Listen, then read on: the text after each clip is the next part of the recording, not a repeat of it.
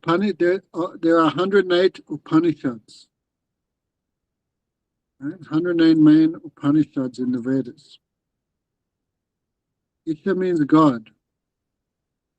Upa means which brings you near. So that which brings you near to the Supreme Lord, that is called Upanishad. Of the 108 main Upanishads,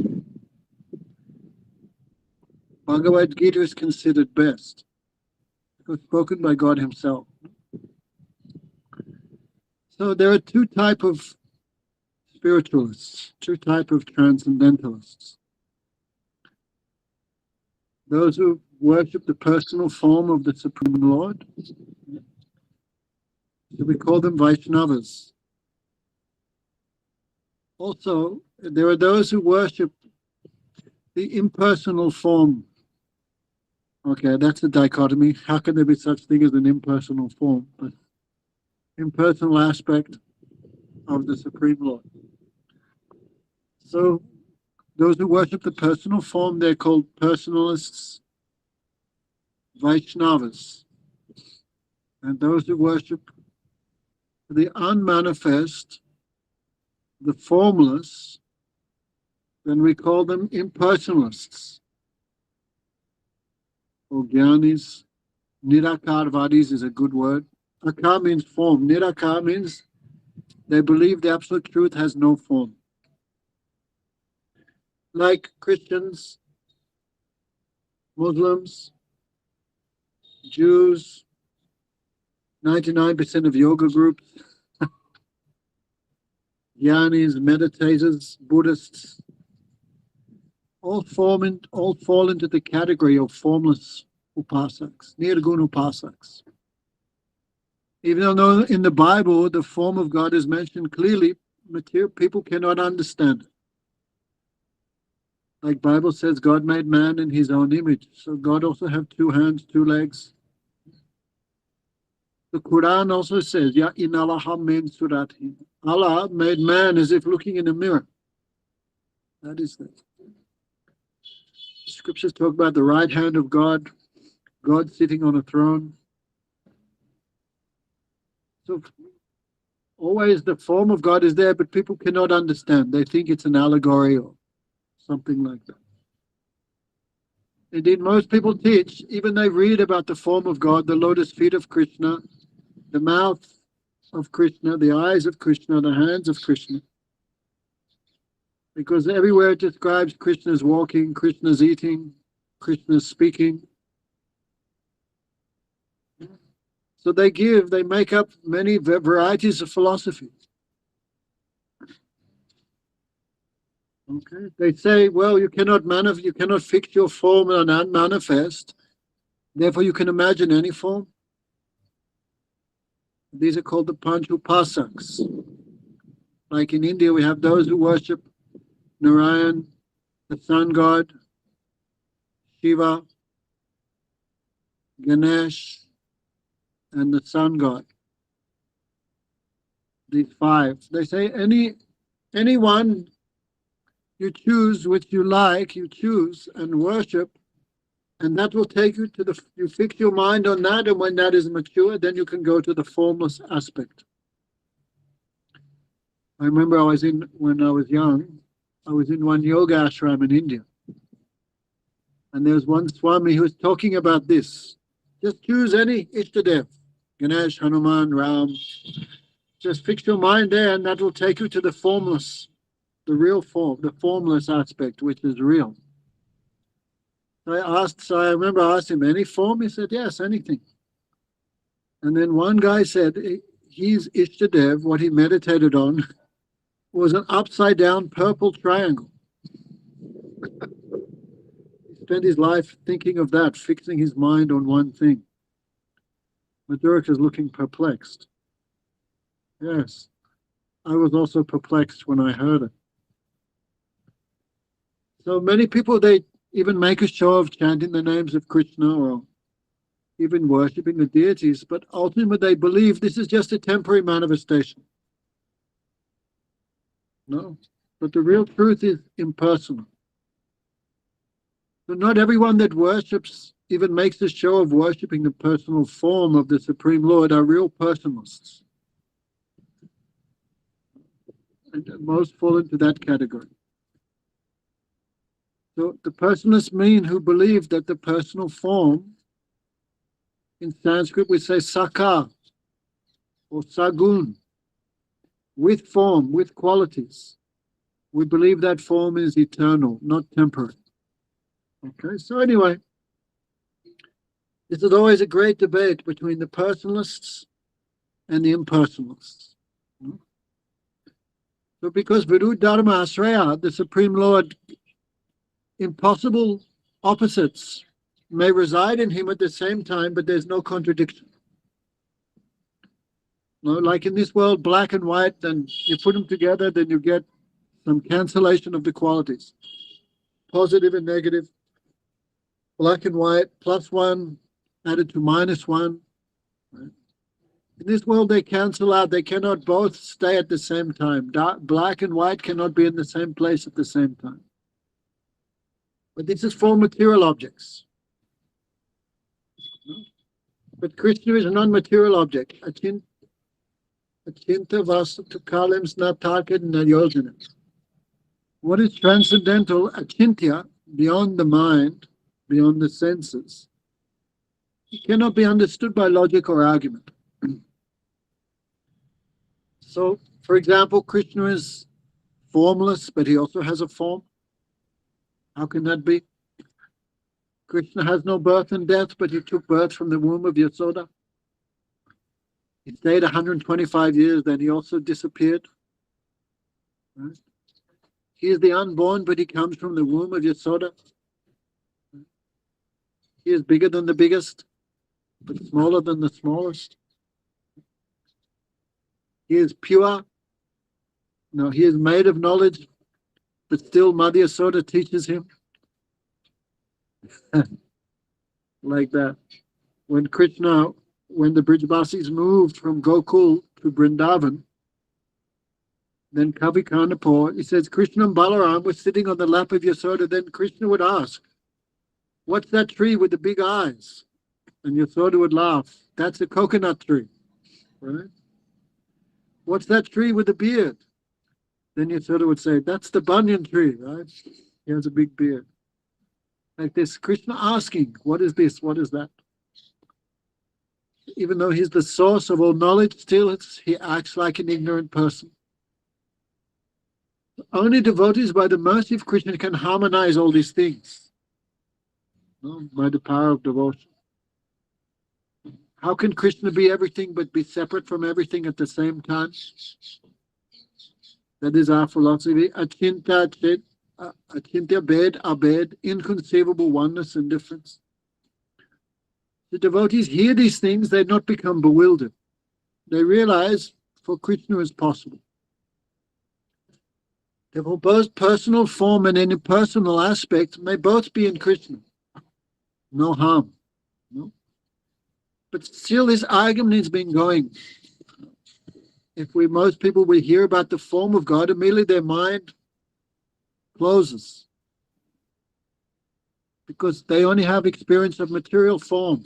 Material form has an origin, it has a cause, it's limited, it's always changing, transforming.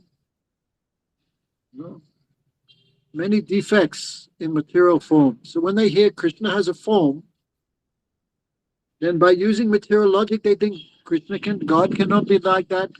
God means completely non-material. So instead of accepting his transcendental and spiritual form, they think him to be formless. Anyway, so this debate has been going on for millennia. So Krishna answers this very nicely in 12th chapter. Okay, Madhurika, get on the keyboard. 12th chapter, verse 1. Bhagavad Gita is Arjuna's 16 questions to Krishna. So in India, I love to walk around and I always keep the 12th chapter with me to show people. They always believe God is formless. God is Nirakara. And when you show them 12th canto, their head spins, 12th chapter, their head always spins. So this is one of Krishna's, Arjuna's questions. Evam satati yukta ye bhaktas tvam parupasate ye chapi aksaram avyaktam te shamche yoga vitamaha. Go to Madhurika, stick it up there. There we go. Arjuna inquired. Why you took it off again? It's in the chat box. Oh, okay. I can't see. Arjuna said, according to your earlier explanations, there are devotees who are endowed with nishta. Nishta means fixed. Who continuously engage in the worship of your Shama Sundar form. And there are also those who worship the impersonal feature, Aksharam Avyaktam. Akshara means without change. We call that the formless Brahman. Right? If you speak to most people, what is God? He's like a big light, an all-pervading effulgence. Avyakt, unmanifest and imperishable. Okay. Which of those is the best of those who know yoga? Of these two, who is superior in knowledge of yoga? The personalist or the impersonalist? And many people, even when they explain Gita, Bhaktivedanta Swami Maharaj would always use, there was one very famous Mayavad. I think he was the president of India. His name was Radha Krishna something. Radha Krishna. So he wrote a commentary on Gita, and he wrote, when Krishna says, give up everything and surrender to me, then in his own manufactured commentary, he said, well, it's not to Krishna you have to surrender to. It's the unborn inside Krishna. Yes, Madhurika, scratch your head and wonder, what does that mean? The unborn within Krishna. So not actually Krishna with hands and legs, but the unborn, the unmanifest, which is inside Krishna. Of course, because in this world, no, the body is false and temporary, but the real thing is the soul. So thinking Krishna would be like a human being, or maximum some great type of prophet or saint or guru, and they think, well, it's not the body which is the eternal thing, it's the thing inside Krishna which is eternal. But devotees never make that mistake, because we know the inside and outside Krishna is both the same. There's no difference between his so-called soul or body. So, Krishna answers this very famously. Maya vesha manoya mam niti yuktu pasate shradhaya pariyopatas te me yuktatma mataha. Those yogis whose faith is transcendental, no, beyond Sattvagun, Rajagun, and Tamagun. There we go. The Blessed Lord said, he whose mind is fixed on my personal form. Thank you for removing it before I could finish. Maybe you can read it for us, Madhurika. The Blessed Lord said, he whose mind is fixed on my personal form, always engaged in worshipping me with great and transcendental faith, is considered by me to be most perfect. Who did the drum roll? A picture fell. Huh? One picture fell. Oh, okay. Sound like a drum roll. Right? Faith is also three types. Krishna explains this later on in Bhagavad Gita. Faith in ignorance, no? Like that faith which gives pain and suffering to others. This is like, for example, people who sacrifice animals. This is also one type of faith, right? To buy a goat cost, how much is a goat there in London, Madhurika? In your local village, how much it costs to buy a Welsh sheep or a goat? Come on, you know. No idea. Maybe £50. Say £50. So if someone's going to do an animal sacrifice, cost £50. You have to find somewhere to chop it up. And this is a lot of endeavor, a lot of expense. So this costs money. So this is one type of faith. But because this faith is in ignorance, no, there's no benefit to who does the chopping, and there's no benefit to the chopped. Right? The choppy and the chopped both get negative benefit. Or like someone who does a suicide bombing. This is faith to pull the cord, to kill yourself. You have faith in I would achieve some benefit in this. So this is one type of faith, but this is faith in the mode of ignorance.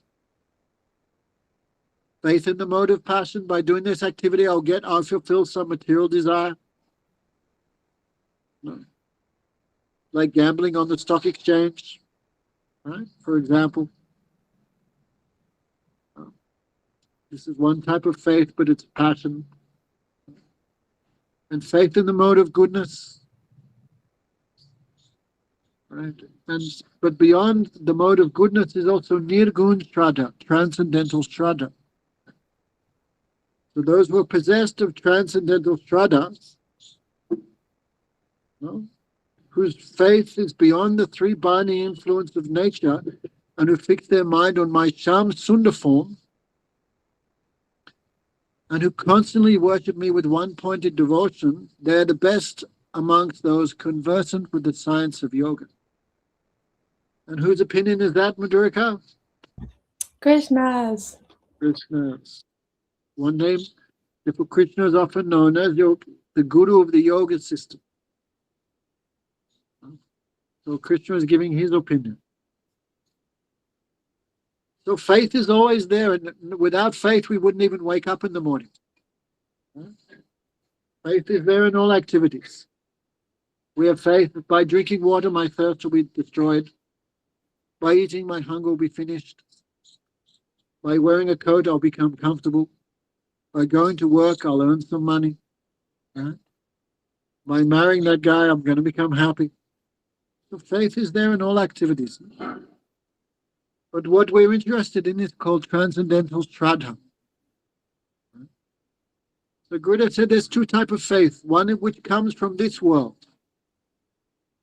He would use the word lokik shraddha. Its origin is this world, it comes and it goes because it's temporary. Like, if I may be partial to say, all the religions in this world, they come from this world. Because they have everything material has a beginning and an end, like Christianity, Islam, Buddhism, Jain, so many religions which, like Zoroastrian, those who used to worship Bathizal Baba, remember him, Bathizal Baba? Madhurika? No.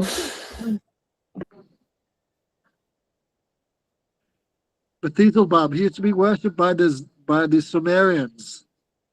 So, 4,000 years ago, that was a religion. Now, no one even heard of it.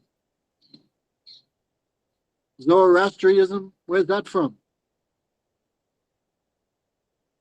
That's the Persians used to worship that before Islam came. The religion of the Greeks, who used to worship Thor and Zeus and all those fellows. The religions of the Romans, the Celts, the Mayans, the poor Aborigines, right? So many religions came and gone. So these days what we think is, in 5,000, 10,000 years, Christianity or Islam will even be there? No guarantee, no? So this type of faith, it has its origin in this world. It comes and it goes like waves on an ocean. So this is lokik shraddha. Today I'm a Christian, it can change. Today I'm a Christian, next day I become a Buddhist. But what we're interested in is called paramatik shraddha. Alokik shraddha, paramatik shraddha. That is not coming from the mind. It's coming from the soul itself, the Atma itself. It's called the Vritti of the Atma. Vritti means the function. Everything has a function. Like the function of concrete is to be hard. The function of water is to be liquid, the britti. So the britti of the Atma, that is Shraddha, faith. Right? Faith in something sublime. But that faith we call the seed of devotion. So by that Bhakti Shraddha, then one can fixate their minds on Shyam Sundar and worship him with devotion. They are the best of the yogis. So Krishna nicely clears it. The impersonalist and the personalist. Which are the superiors, Madhurika? The personalist. Personalists who meditate on Shyam Sundar form. Even amongst the Vaishnavas, some fix their minds on Narayan, some fix their minds on Nrsingadev, some fix their minds on Ramchandra. But the best, even amongst the Vaishnavas, those who fix their mind on Krishna must be considered the topmost. Well, because as Krishna is the source of incarnations, he is called Swayam Bhagavan, then worship of that Swayam Bhagavan will also be the topmost manifestation of Vaishnavism. Right? If we look at it from a neutral point of view, of course we're not so neutral, but still. So Mayavesh Manoye Mam Niti Yuktu Pasate. Mayavesh, those who are Avesh means absorbed. Those who are absorbed in me. No? Like you put sugar into tea, no? It fully absorbs and it loses itself. So the devotee fully absorbed in thinking of Krishna, they forget about their own body, they forget about their minds, they forget about everything. Maya Veshamano Yemam Nityayuktu Pasate. And the worship of Krishna, I'm just going to change my internet. So I will now be sucking off the temple internet illegally. Are you still there? Yes, we're still here. Okay. So I commit activity of sucking onto the temple internet. But even a little sinful thing done for Krishna, that is religion. We're hearing that. So, Maya Veshamanoye Mam Niti Yuktu Pasate. Those who absorb their mind in me, Upasana means to worship. Aradhana. Radharani's name means Aradhana. Aradhana means to worship, to serve. So Nityayuktu Pasate, those who eternally worship me. Birth after birth. And even when we become free from birth and death, we will still be serving Krishna. Shraddhaya pariyopate te me yuktatma mataha.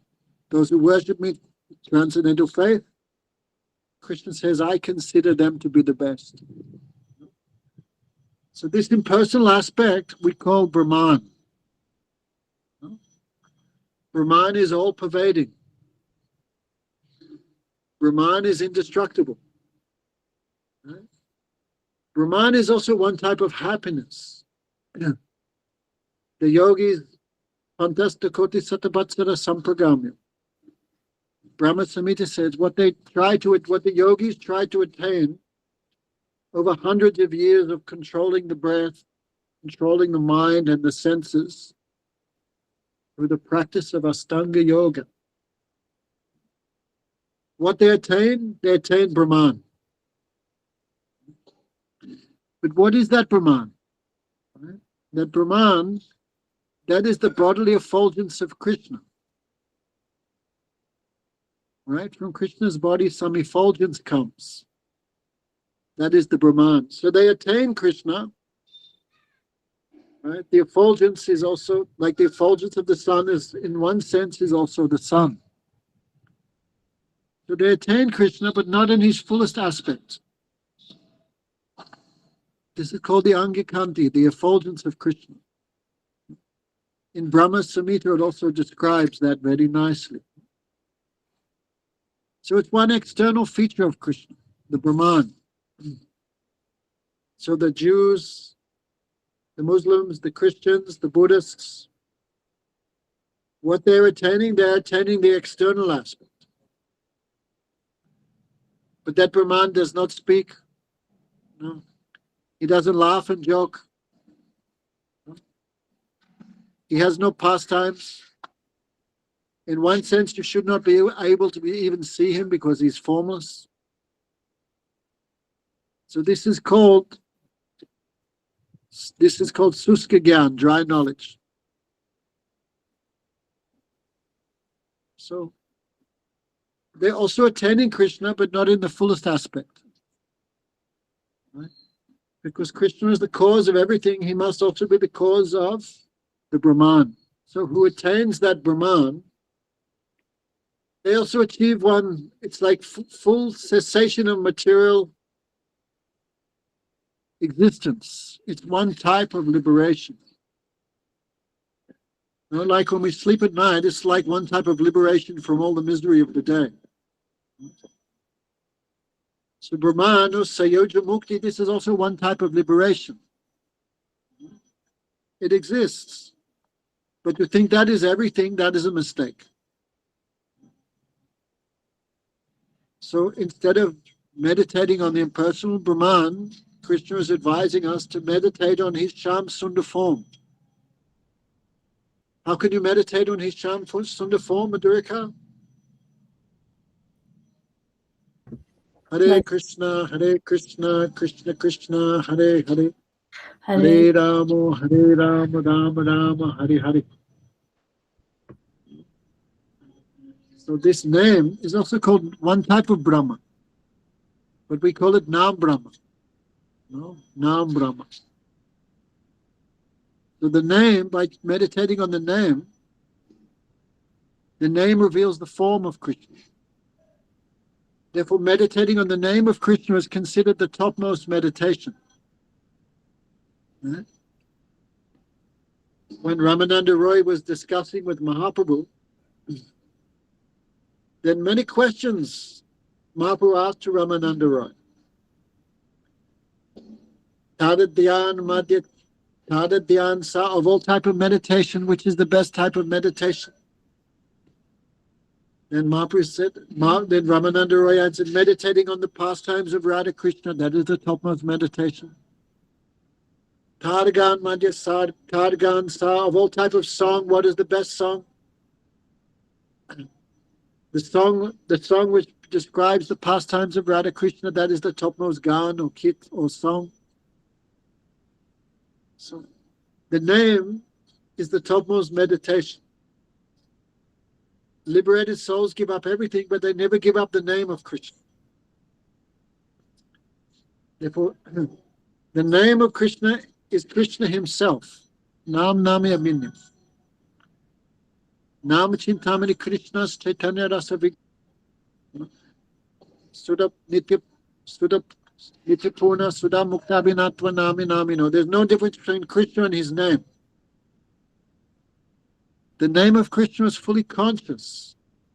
No, it's not like a material sound, which is unconscious. Material sound comes from the voice box vibrating the lips. Material sound has a material origin. But spiritual sound has no material origin. Even though it looks like it also comes from the voice box and the lips. But actually it's Krishna's mercy appearing in the form of sound. So it's not ordinary sound. So this is one form of Krishna. The name of Krishna is one form of Krishna. But the name of Krishna is more kind than Krishna's personal forms. Because the personal form of Krishna you can only see when you're perfect. But the name you can chant when you're imperfect. Madhurika, chant Hare Krishna. Hare Krishna, Krishna Krishna, Hare Hare, Hare Rama, Hare Did you see Krishna? So this is proof the name is more personal, more kind than Krishna's form. Even though they're non-different. Because only perfect person can see Krishna, but non-perfect person like Madhurika can chant his names. So the names reveal the form of Krishna, then chanting more the qualities of Krishna, the pastimes of Krishna, the name also reveals your own form, your own qualities. This is called Ekadas Bhav. The soul also have 11 things: form, dress, name, some particular service, some particular parakasta, some particular desire, particular residence. So our place is there already in Golok Vrindavan. No?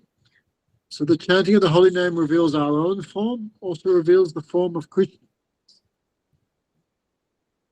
The name is very great and wonderful. So in Kali Yuga, how we meditate on Krishna's form? By chanting his name. Hare Krishna, Krishna Krishna, Hare Hare. Hare Ram, Ram Ram, Hare Hare. Actually, Gogamaj would say, when you chant the name, you should chant in front of the deities. Or chant in front of a picture of Krishna. Then you'll get the understanding the name and the form are one. No? So, but yeto aksharam anidesham avyaktam parupasate sarvatra gram achintyascha kutashtam acharam dhruvam. But those who worship my indescribable, unmanifest, all-pervading, inconceivable, immutable, eternal, and featureless Brahma Sarup, while controlling their senses, while being equal to everyone, while engaging in the welfare of all, they also attain me. Right. Because that Brahman is also Krishna. It's not separate from him. They attain him, even though they cannot understand that Brahman is Krishna's bodily effulgence. They also attain him, but not the 100%. So even such liberated souls attracted to the impersonal feature of Krishna, they can change by the mercy of devotees. Like imagine Madhurika spent her life eating potatoes. And she's happy by that. Then somehow she met someone who gave her an ice cream. By mercy. Would you go back to the potatoes? So upon experiencing a higher taste, one gives up that ordinary thing. So many histories of people who were attracted to the impersonal feature, but by the mercy of Bhagavan or by the mercy of devotee, they could realize something of his personal form. Then they became Vaishnavas. Like there was one king, his name was Janak Maharaj. Janak. He had another name, Videhi. He was so detached. His name was Videha. So, even though he was a king with wife and children, he was a fully liberated soul. There's one story. One time, many brahmacharis, sadhus, and sannyasis and yogis, they came to hear lectures, to get some knowledge from the king Janak. So while Janak was giving his lecture about detachment, knowledge, impersonalism, then the news came, the hotel, what's another name? Not a hotel, what would it be? Anyway, the residential quarters of all these monks and sannyasis and celibates and brahmacharis, it had caught fire. So everyone had kept their underpants there, and their t-shirts and stuff. And when they heard this place had burning down, they all ran to save their underpants and towels. But Janak Maharaj, even though that was his palace that was burning down, he not moved a muscle because he had fully no attachment. And when they came back and they realized this was false news, then Janak Maharaj educated them on what is real renunciation. You gave up pursuit of knowledge just to save your underpants, your kopins. So Janak Maharaj, very detached person, liberated soul. There's another person called his name was Astavakra. Have you heard of him? Shampriya? Famous person. He was in his mother's womb, and his father was a Vedic scholar. So his father was chanting the Vedic mantras, and the baby in the womb said, "Oh, father, you are chanting them wrong pronunciation." Then father became very angry. "Oh, horrible child, I curse you. You will be bent in 8 places." Like that. So when he was born, he was called Astavakra. His neck was bent, his hands, wrists, elbows, knees, ankles. 8 places he was deformed. Of course, when he would walk, and you could imagine his walking was not very normal also. But Astavakra was a great spiritualist. So he heard Janak Maharaj is having a great religious assembly. It was discussion on spiritual life. So he began walking there. And of course, he was not so easy for him to walk. No wheelchairs, Madhurika in those days. So walking, it took him many weeks. And finally he entered this place where the religious assembly was held. When he entered and he was going to his seat, everyone began laughing at him. So much laughing. But Astavakra began laughing twice as loud as any of them. He was so much laughing. Then everyone became shocked. Why is he laughing? We are laughing at him. Why is he laughing at us? But then Janak Maharaj, who was a very refined and knowledgeable person, Krishnadasi, understand anything? Krishna? Panamayach? Nothing. So Janak Maharaj asked, "Oh, Maharaj, why are you laughing so much? What makes you funny? What's so funny?" Astavakra said, "I am not laughing, I am weeping." Why? I heard this would be a convention of great religious scholars, transcendentalists, yogis, liberated souls. But I see this is just a shoemaker's convention. Of course, in India, the foot is the lowest part of the body, so people who make shoes, they're considered the worst, the lowest.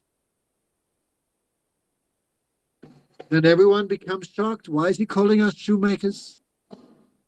He said, because all a shoemaker knows is leather, skin. That's all he knows.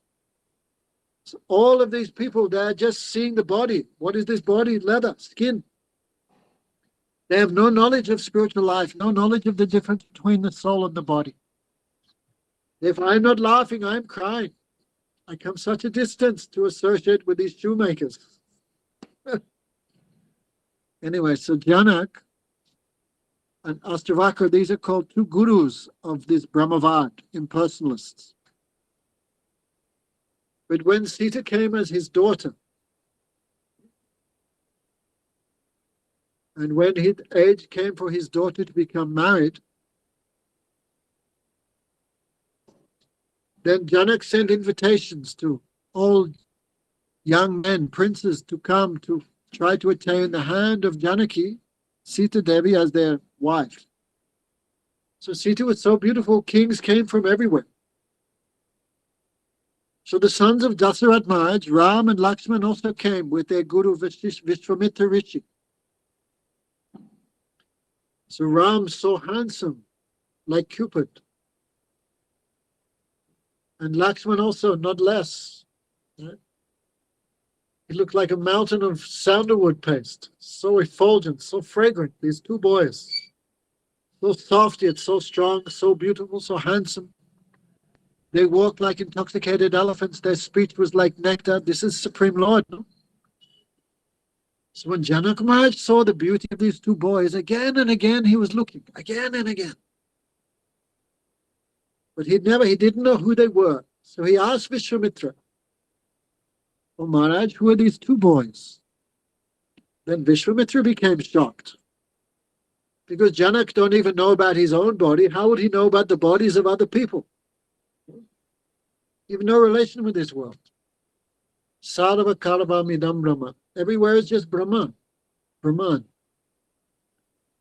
They're just always fixed in the effulgence. They don't know anything else. The varieties of the material world can never attract them.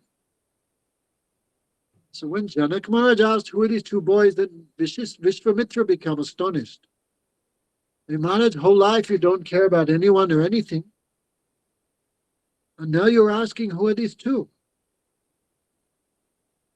Then Janak Maharaj spoke a famous verse, E tu balak ati anuragi, barosamam brahma sukatyagi. These two boys are so attractive, so handsome. They cannot be material because otherwise Janak would not be attracted at all because he was a liberated soul. So the form of Ram and Lakshman, the qualities of Ram and Lakshman, the walking, the talking of Ram and Lakshman, these are not material. Otherwise they could not catch his senses. So he said, I don't know what is that, their beauty, but their beauty has caught my mind. But also Mam Brahma Sukatyagi. So absorption in the impersonal aspect, this is called Brahma Sukh.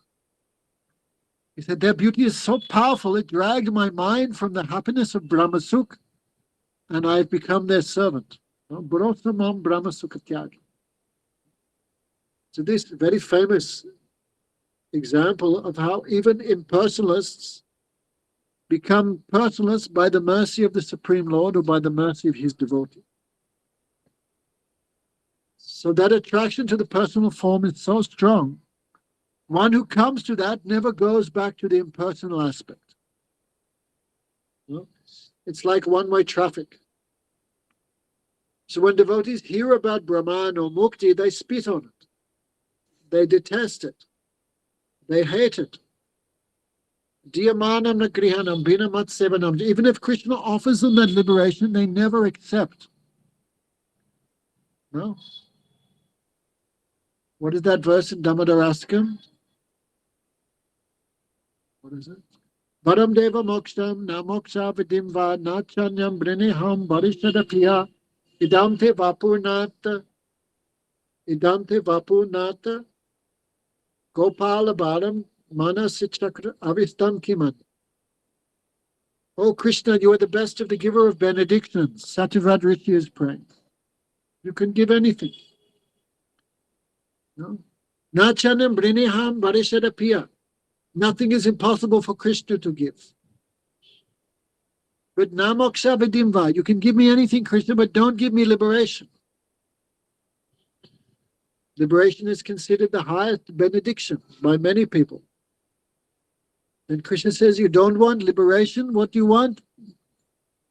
Manas avrestam kimanya. I just want your form as baby Krishna. I just want to think about that. Thank you, Madhurika. Oh Lord. Okay, can you read it? Also, I'm reading a different translation, but No problem. That's your version. O supremely effulgent and playful divinity, I do not ask you for freedom from mortal suffering, the fourth of human goals, nor do I ask for the ultimate limit of freedom, residence in Vaikuntha, the abode of extraordinary concentrated happiness, nor do I seek any other benediction from you, even attaining bhakti characterized by Shravan, Kirtan, etc., even though, as the supreme benefactor, you can easily grant all benedictions. O Lord of my life, may your beautiful form as Balagopal, a little cowherd boy in Raj, always remain visible within my heart. I have no use for any benediction other than this. Even the attachment to other incarnations is not considered as perfect as meditation on Krishna's Vrindavan form. So, Klesho adhikaras tesham avyakta shaktam chetasam avyakta hi gati dukam devabdi avyapite. For those whose minds are attached to the impersonal feature, experience great difficulty. Because for those who identify the body with itself, it is difficult to develop steadiness in something that is not manifest. That's 100% true. No? Before I became devotee, then I was living in one ashram in South India. And everyone there was impersonalists.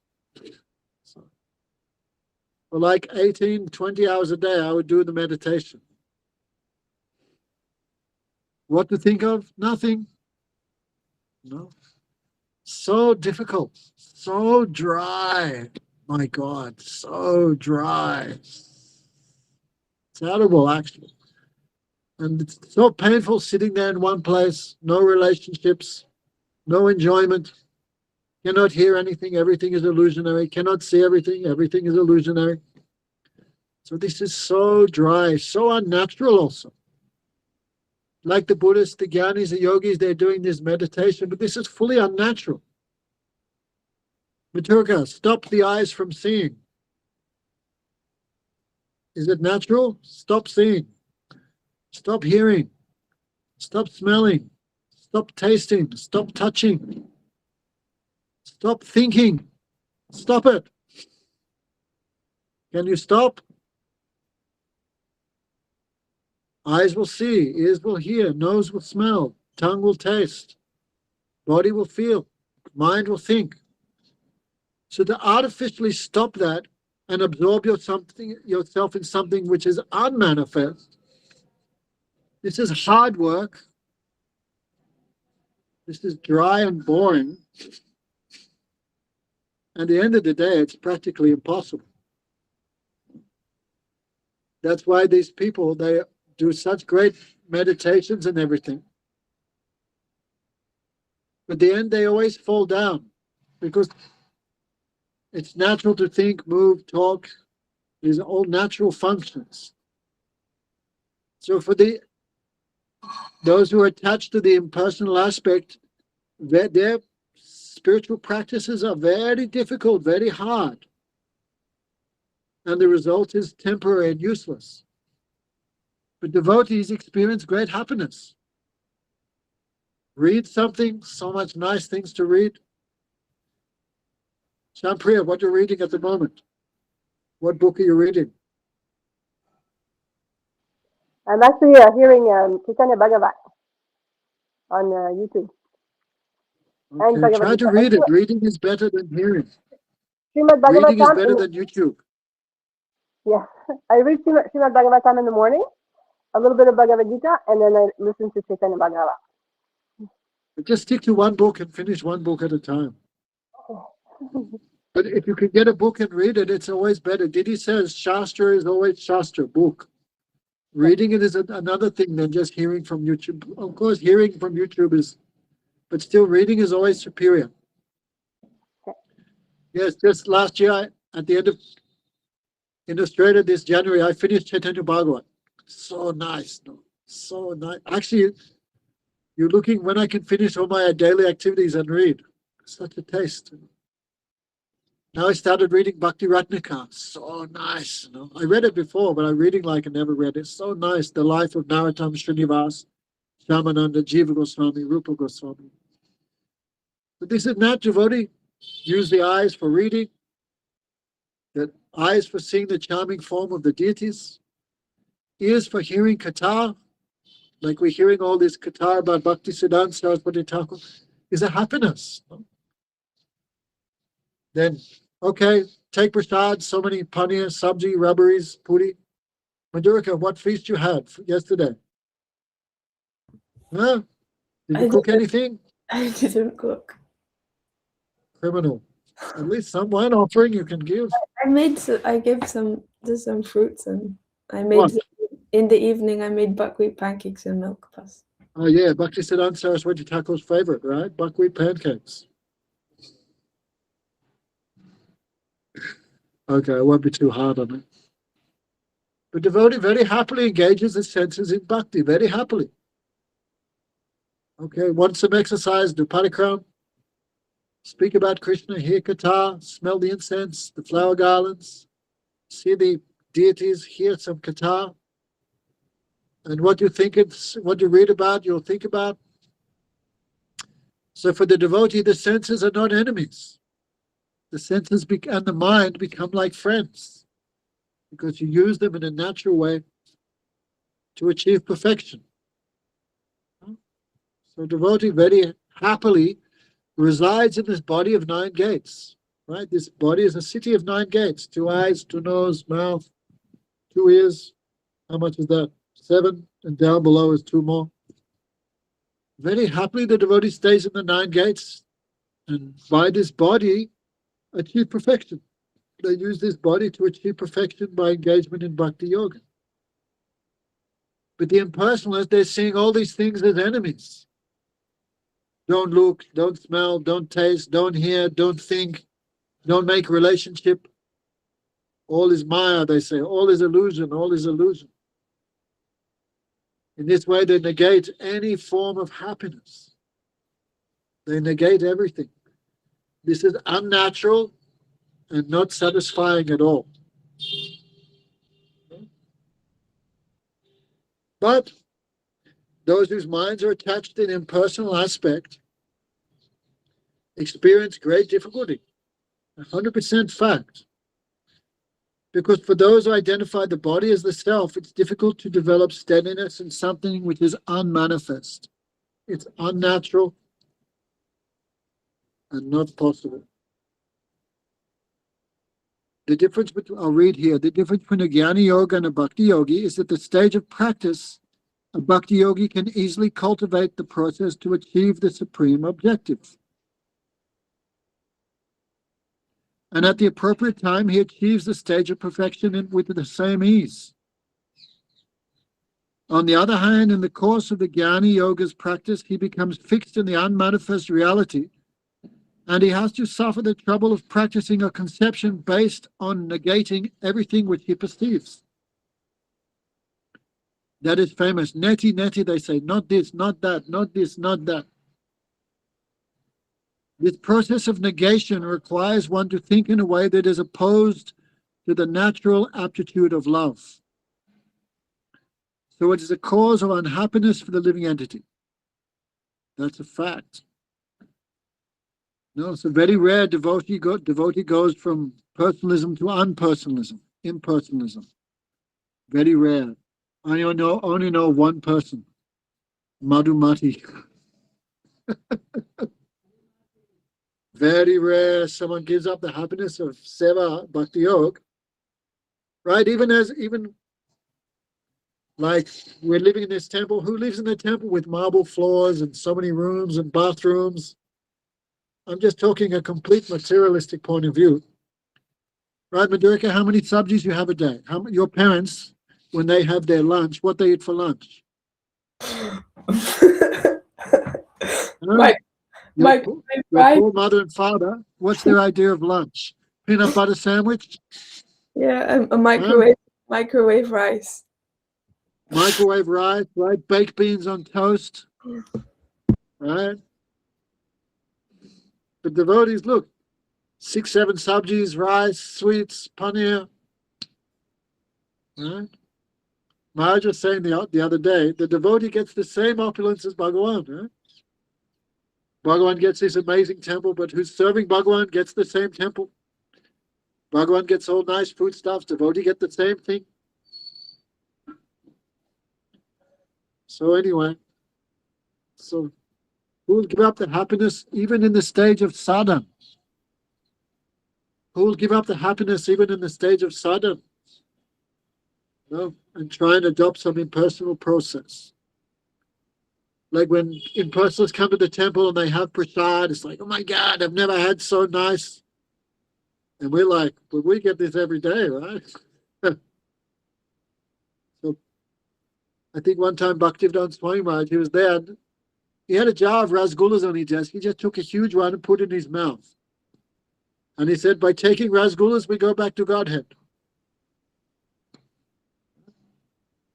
Just taking foodstuffs offered to Krishna, all the senses become controlled, absorbed in Krishna's seva. So natural, so easy, so enjoyable. There we go. Madhurika's put her little verse up there. So very hard to give up what you naturally can see, taste, smell, and think about. To absorb your mind in something of which you have no experience, that is very difficult. So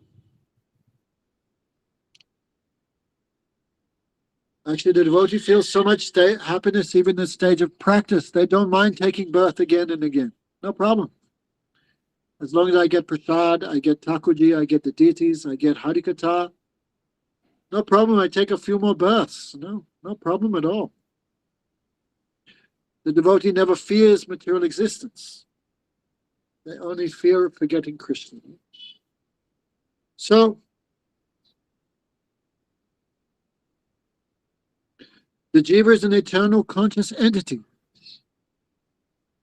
That means he's manifest. If the jiva becomes merged in an unmanifest state, then his constitutional nature, which he should accept, is destroyed. Because instead of identifying himself with Krishna, he's identifying with Brahman. And he now considers himself to be the supreme. Once he's arrived at this imperfect understanding of his real nature, it is difficult for him to give up this conception.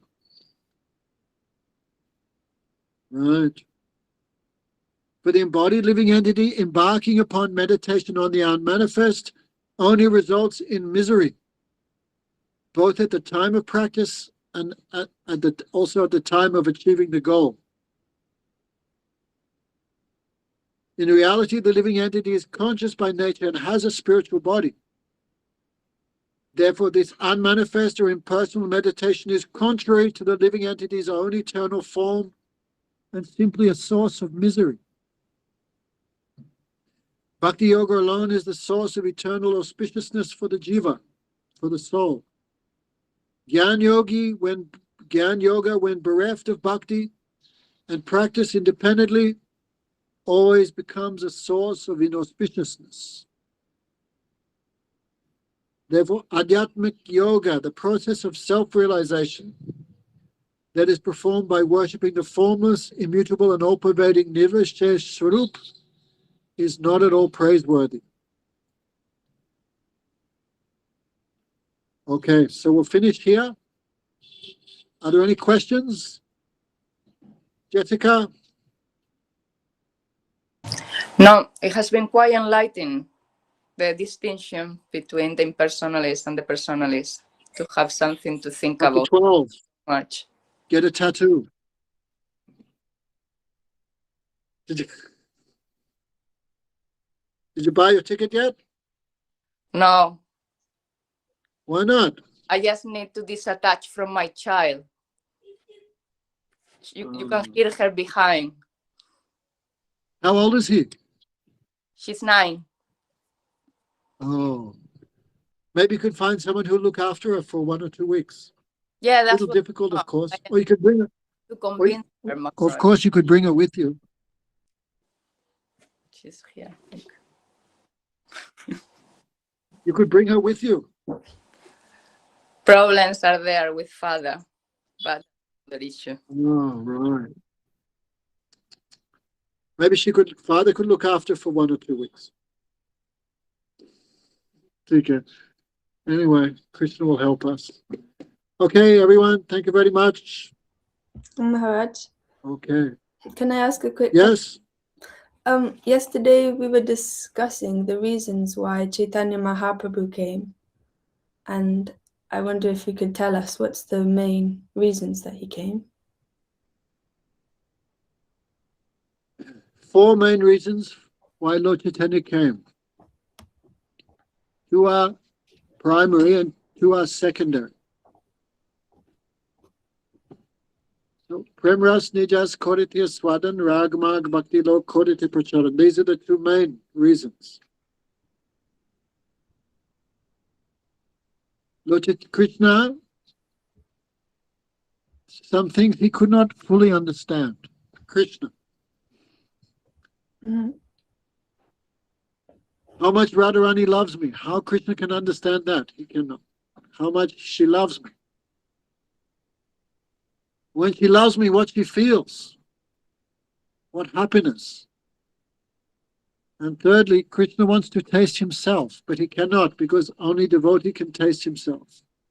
Chocolate cannot taste itself. Krishna cannot taste himself, only devotee can taste Krishna. So Krishna had 3 desires. What is in me which makes the devotee crazy? What is my own sweetness? What does Radharani feel about me? And what happiness she feels when she serves? Krishna wants to understand all these things. That's the main reason. The second reason, if Krishna, Chaitanya Mahaprabhu, Krishna wanted to distribute love of Krishna. This thing only Krishna can distribute because this is his own property. So these are the primary reasons: to taste something for himself and to distribute to the souls of this world.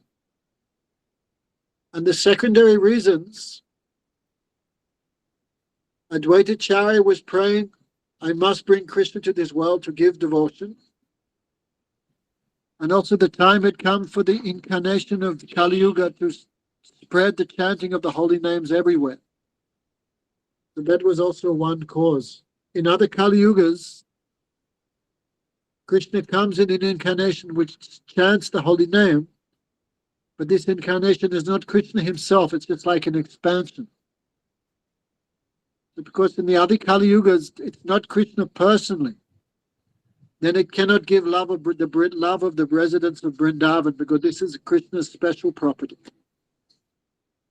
So these all reasons together are the reason why Lord Chaitanya came. Can you remember them, Madhurika? Just about. I have to listen again. Thank you very much. Chaitanya Charitamrita, it's all written in there. Okay. The reasons for Lord Chaitanya's appearance. Okay, everyone? What festivals are coming up next week? Oh, I have to have a look. I'm not sure.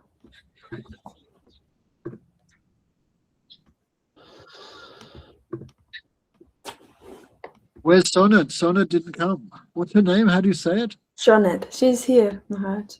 Just came a little bit Is she? late. Where is she? She's for everyone. Here. I'm here, but I'm hiding as usual, Maharaj. I'm swimming in the sea of illusion. Right. If I don't make you feel bad, at least in one class, I don't feel happy. Okay. Ekadasi's coming up. When's Ekadasi? Madhurika, when's Ekadasi? Should be in another week, right? Today is the 7th. Another 5 days. It is on Friday, the Friday the 13th. Okay, Shonit, no toast in the morning on Friday. That's right. Do or die. It's Ekadasi.